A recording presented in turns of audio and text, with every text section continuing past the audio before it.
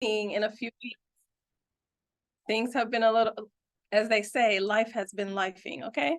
All good things, but you know how that happens. So as Nina said, I am Tyenna Wallace. I've been with Evolution Travel for over 3 years now. I've been in the travel industry about 13 years, a culmination of working at the airport, doing travel consulting for free. And then I found the way, right? Found Nina Jackson Mitchell. And before you know it, I was hooked, right? Making money, doing what I was doing before for free. So today we are going to talk about how to protect your profit. Give me 1 second to share my screen.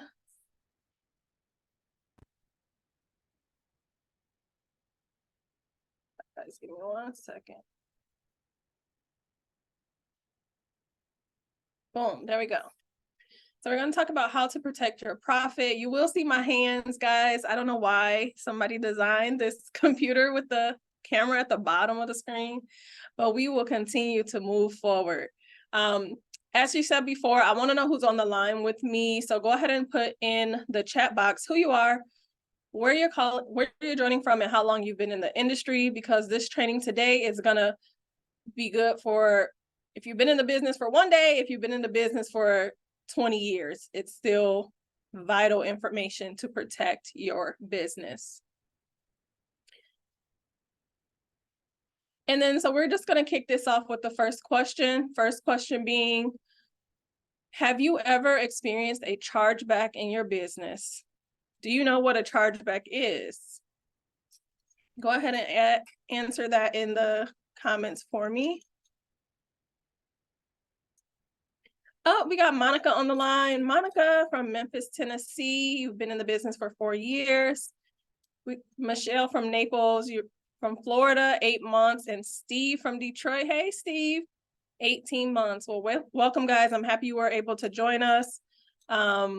Thankfully, I have not. T said she hasn't had any chargeback issues, and she's been in the business for 8 years. And that's what we all want, right? None of us want chargebacks. So that's amazing.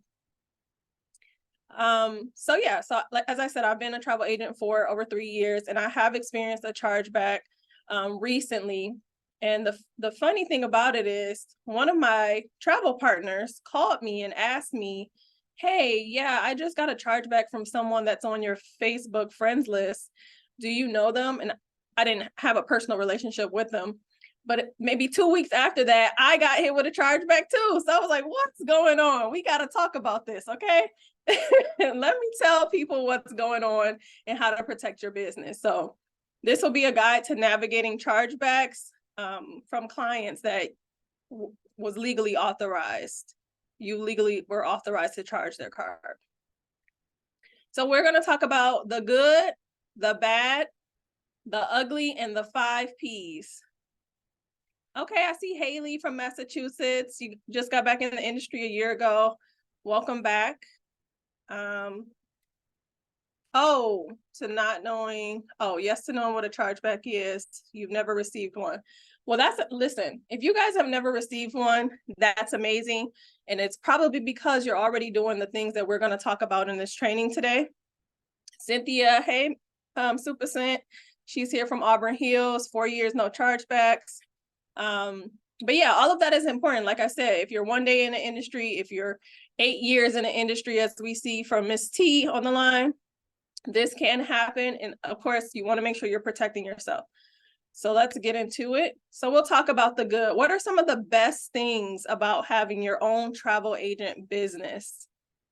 Go ahead and add it in the comments. I'll answer first. Okay, I got into this because of passion. Passion led me here. As I said earlier, I was doing this for years and years and years for free. As a travel consultant, I booked a senior trip when I was in high school, and I've been booking travel ever since for family and friends. So passion truly led me here. I love for people to get new experiences, and then the feedback they give about how much fun they had, new experiences they had. And then, of course, they get the travel bug. And before you know it, they become avid travelers. T says, same here. Love, love, love it. Okay, so passion was number one for me as far as the good goes. And then number two, so passion and people kind of go hand in hand. And then number two was the perks, right? So once I became a travel agent, I learned, wow, you really can have this business and get perks. You can get paid to travel. Monica is agreeing with us and saying passion. She loves to travel and have the freedom to do what she wants to do. We have Steven saying the travel perks. Yes, we love those perks. Those Marriott rewards. Come on now, y'all. Blue Diamond are some of my favorites. I'm sure you guys, we can go through a list of our favorite perks for sure. The perks, the flexibility and income potential is what Haley said. Those are all the things that we look at as good in our business, in our industry. And I have to agree, those are the good things, right? Now, with any business, you're going to go through some type of turmoil, whether it just be a difficult client or in the case of this training, a chargeback. But we always like to say the 5 P's are proper preparation, prevents poor performance, right? So as some of you have already said, you've never experienced a chargeback, and I can almost bet it's because you've been going through this checklist to make sure that you were properly prepared, okay? So let's talk about what we need when we're booking travel. I know we have a lot of seasoned agents on here, but we just want to go through the checklist. So looking at this table that I have, you see credit card authorization form. We're going to get a picture of the ID, a picture of the credit card, and there's a whole list, a checklist of other things that you may get from your clients. Whether it's a client going to Cancun, an international client, a client going to Las Vegas, domestic client, a cruise client, a client on Royal Caribbean Cruise Line, or a client that's your family and friends. Okay, now, can anyone tell me what's wrong with this chart?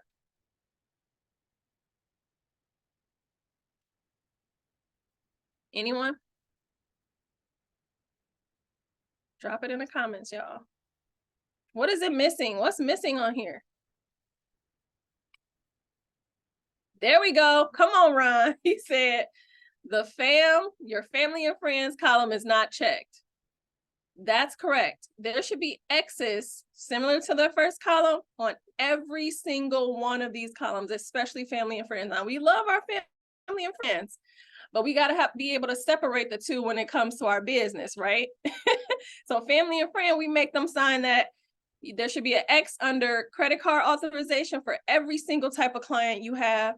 There should be an X under picture of their ID, every single client, credit card, the credit card or form of payment they're using, and any other additional proof that you need. We have to make sure we have those details for every single client, right? So again, if you were writing out this chart, it should be full of X's. Every single one needs to have this checklist for each booking.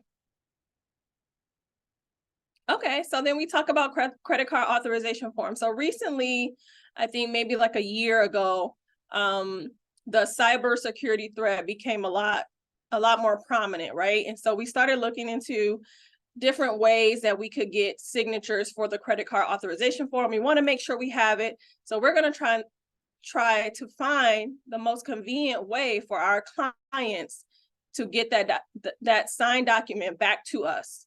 So we look at 2 different kinds of credit card authorization forms. One that I love, because I am an electronic lover, like I want it to be convenient and simple, are digital credit card authorization forms. Though if you do a quick Google search, you can find tons of them. And I'm just going to throw a question out there too. Do you see any credit card authorization forms that you use listed on your screen? And if not, what are you using? Go ahead and type it in the chat box for me. There's tons of them out there for sure.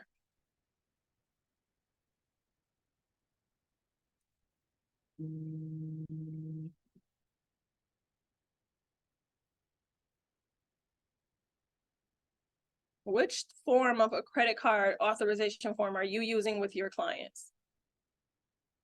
Okay, Miss Nora said credit card authorization form through TravelJoy. So if you guys aren't aware, TravelJoy is a CRM, a customer relationship management system. And she uses the one that's built into that platform to send out to her customers. Okay, Haley said she uses what we call a physical or wet signature. She uses the Archer Travel template. She has them print it, sign it, and send it back to her. We have some more TravelJoy lovers on here. It just makes things a lot simple and easy for you. Those CRMs are amazing. Okay, Miss Super Cynthia said Archer form as well. We have Shamika, she said she uses DocuSign, and Rabbit Sign is good also. Okay, and Steven said he uses a physical, which is the wet signature. Again, that's when you print and send it. All of those are great methods as long as you get, like I said, their consent, that signature, and it's all documented. Wet signature or electronic or digital signature using DocuSign, Square, Jotform, eForms, or different types of CRMs such as TravelJoy. Okay, so we talked about the good, right? While we love our business, the good, great perks that we get.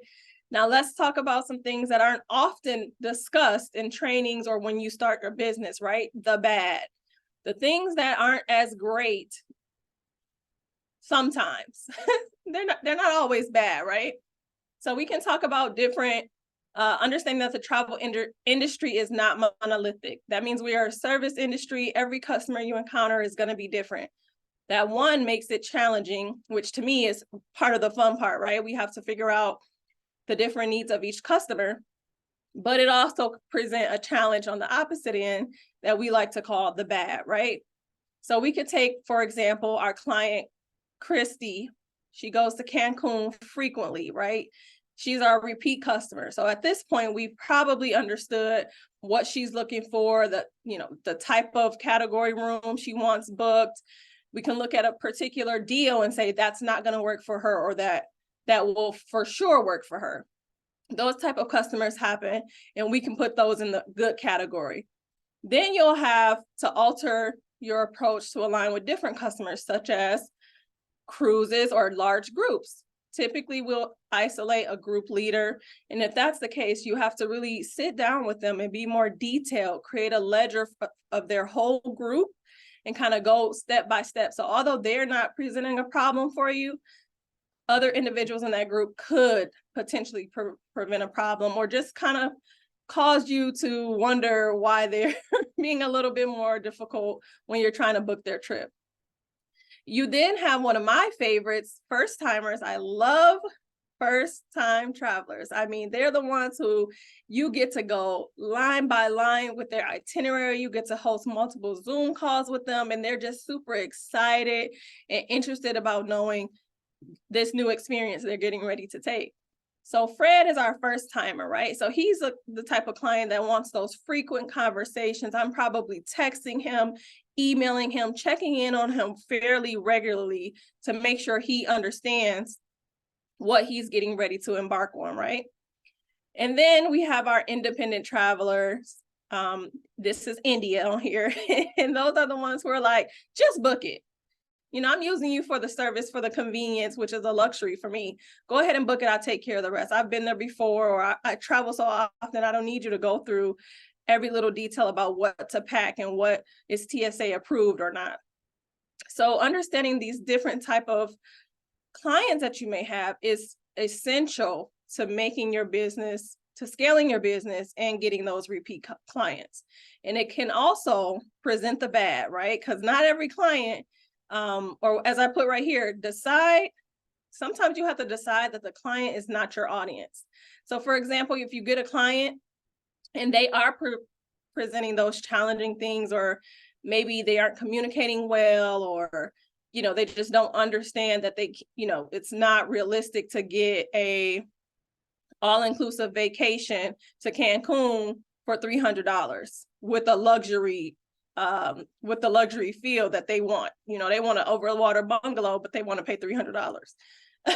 So, and I know we've run into those clients, and you have to be able to explain to them, some things that are in their budget or what we could do to kind of push the dates out. And those things can create some challenges for us. So in my viewpoint, that would be kind of the bad, just being able to juggle the different personalities and characters that you deal with and understanding their wants and being able to apply that. It's not a true bad, right? Because I love this business. Most of us on the line, we love this business. So we deal with it, we pivot and we move forward. All right, so we've talked about the good, we've talked about the bad. Now here's the ugly, okay? That ugly email that you get, for those of you who may have experienced it or heard of others experiencing it. I've just attached this lovely image. So my eyes got really big when I saw this come across my email, as you guys could imagine. Urgent chargeback notice, right? So this is somewhat of what it could look like if you are alerted that your client has done a chargeback. Now, I do want to say chargebacks for us as consumers are, put there to protect us, right? Again, with the cybersecurity threats, people can get your card information so easily. I've gone through that before too. And you want to be able to go to your bank and say, hey, that wasn't me. So in a good instance, you're protecting yourself from illegal or fraudulent activity. The specific instance I'm talking about today is when the client has authorized you to charge their card, has taken the vacation, or maybe they didn't take the vacation or whatever the case was, and then they come back home and then report that charge as fraud. So as you can see on this image, and hopefully you guys can all see it, closer to the bottom, so you'll get an email, it tells you what was reported as fraud, right, from the customer, and they tell you when you have a date to respond back. You have a chance to fight this and say, hey, no, my business is legit. I have all my pertinent information. I've gone through my booking checklist. I have completed all the 5 Ps, and I'm going to fight this, right? The sentence from the last says, we will need a copy of the signed credit card authorization form for this charge, okay? And again, that's why it's so important. No matter how you get it, we have to have that signature for that credit card authorization form. And then it says, please understand that our terms and conditions state all travel agents are responsible for obtaining a signed form for all charges on behalf of our mutual clients. So you will have to reimburse the tour operator if it comes back that this was a fraudulent authorization. So like I said before, use that checklist. Every single person that you book, each transaction, if you have a CRM, it makes it easier. If you don't, just send it out. They'll understand. Your clients will understand. Okay, let me go back to this. Give me 1 second, guys. Sorry, let me grab a drink of water. I'm over here choking on the audacity of somebody to do a chargeback, y'all. Okay, so again, how are we going to fight this? So you get this email. The first thing you're going to do is pull up those travel credit card authorization forms. You may have more than one. Again, if they broke up and did a payment plan, sometimes you'll have more than one. You'll attach that. You can attach emails, text messages. So in the line on the screen, it says, please forward us any and all discussions, conversations, emails, texts, right? So I told you guys before, right before I experienced this against my business, a friend of mine, a colleague who's also a travel agent, called me telling me that someone did that to her. And so one thing that she and I will both agree on is you have to become Inspector Gadget for your business, okay? This is your profit. This is what I like to call my baby, okay?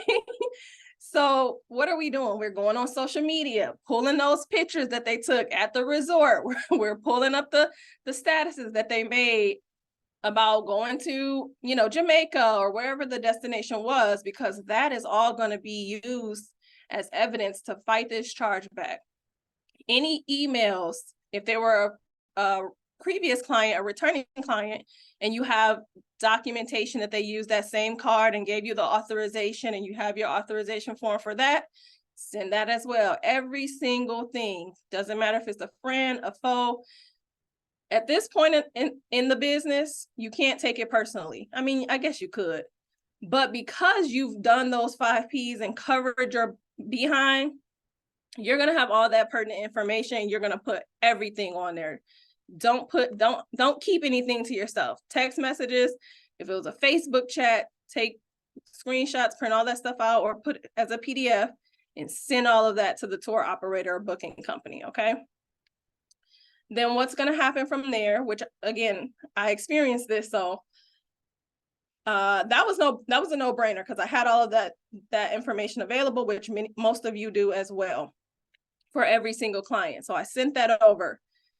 The tour operator will send all those documents to the bank, the financial institution, and then they'll determine if it was actually a fraudulent charge or not. In my case, I won the dispute because I'm always going to protect my business. I'm always going to protect my baby. And like most of you all on the line, if you have children, or even if you don't, maybe some nieces or nephews, we don't play about our kids, okay? So keep that in mind with how to fight a chargeback. And then just know that the client has 2 attempts. So once you win or lose the initial one, the initial charge, you can go back and say, this is still a fraudulent attempt. This was a fraudulent charge. I did have authorization for this charge. Let me show you all my details again. And then so basically you have 2 tries. But because I won the first one, with my experience, they did tell me that the client will have one more time to report it as fraud again, right? Which I really don't understand that part. But again, from a consumer standpoint, I do. If somebody's trying to get my money out of my account and it wasn't authorized, I want the bank to do their due diligence to give me my money back, right? In this case, this is a fraudulent charge on the client's behalf. The client has taken their vacation and they charge this as fraud. When they've taken their vacation, they've sipped those drinks by the pool and stuck their toes in the sand. So we have to do our due diligence to fight these type of charges, not only because it's fraudulent, right? But it could have a bad reputation on your business with the tour operator. So if the tour operator starts to think like, oh, you're not doing good business, you're getting these chargebacks, you're authorizing cards without approval, that doesn't look good on the business at all. And as well, could look bad on the host agency.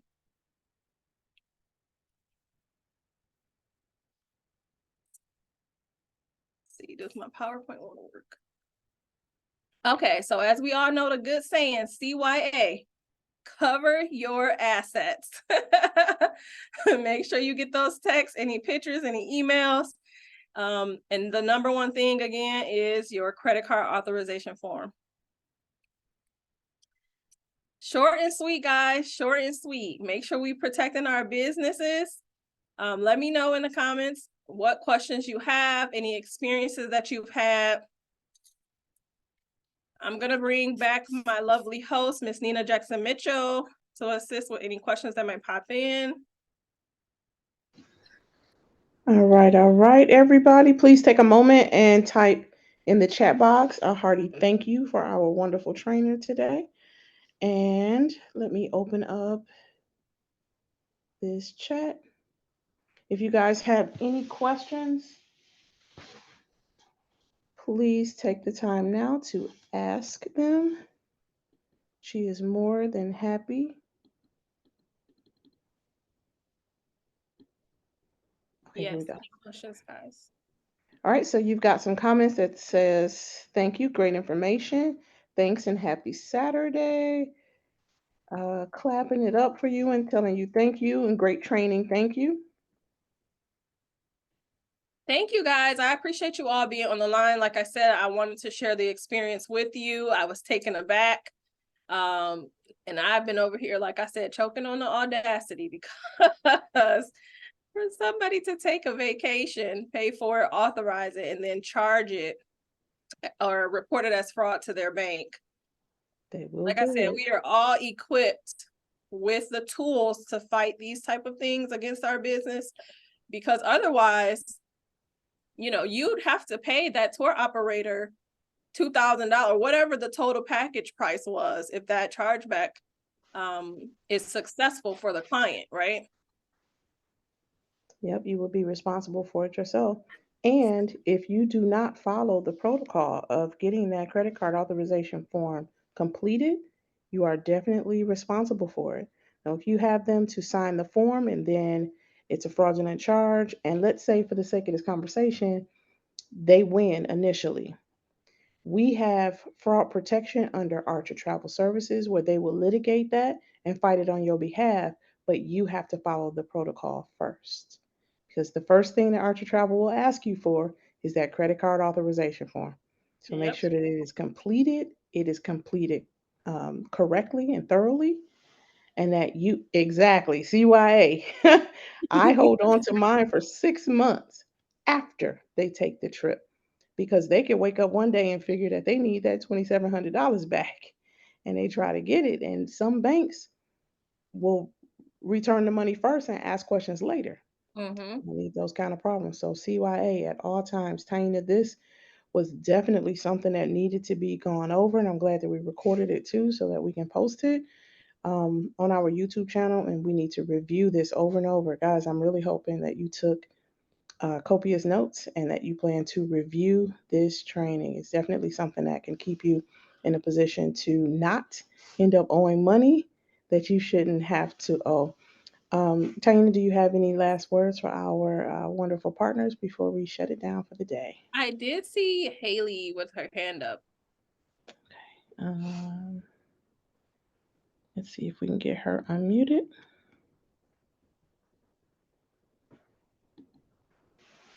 Oh, you clapped. She said she clapped. Sorry. Oh, Thank you. okay. Oh, you're welcome, Anthony. Listen, if you don't do anything during that booking process, get that credit card authorization form signed and completed. I also say the picture of the ID and credit card that they're using as well. You can never really do too much to protect your business or CYA cover your assets.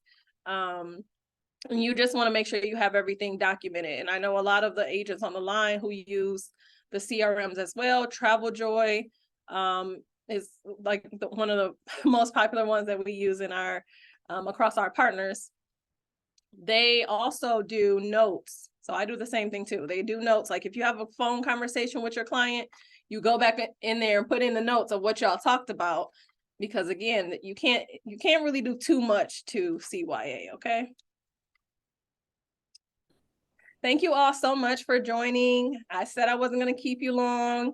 Have a great evening. And I hope this was informative for you today. It definitely was. Thank you again, Tanya, for taking time out of your day to do this for our team. We really, really appreciate you. I appreciate you personally. Guys, thanks for taking time out to pour into yourself and to arm yourself with the knowledge that you need to run a successful and a profitable business to keep you in the black and not the red. We look forward to seeing you on trainings this week. If you think of any questions afterwards, please feel free to type them on the main dash in our Elite Travel group on Facebook, and one of our leaders will be happy to assist you. So, thanks again, guys. You enjoy the rest of your day and the rest of your weekend on purpose. This training Thank is you. officially over. Have a good weekend, y'all.